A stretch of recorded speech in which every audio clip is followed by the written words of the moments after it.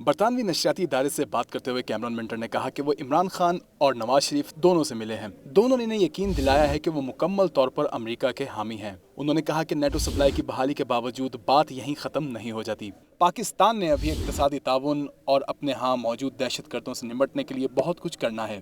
امریکی سفیر نے کہا کہ نیٹو رسد کی بندش پاکستان کے لیے مسئلہ تھی۔ اس کی وجہ سے پاکستان اپنے 50 دوستوں سے الگ تھلگ ہو گیا تھا۔ رسد کی بحالی سے سب مشترکہ دشمن کے خلاف مل کر لڑائی کر سکیں گے۔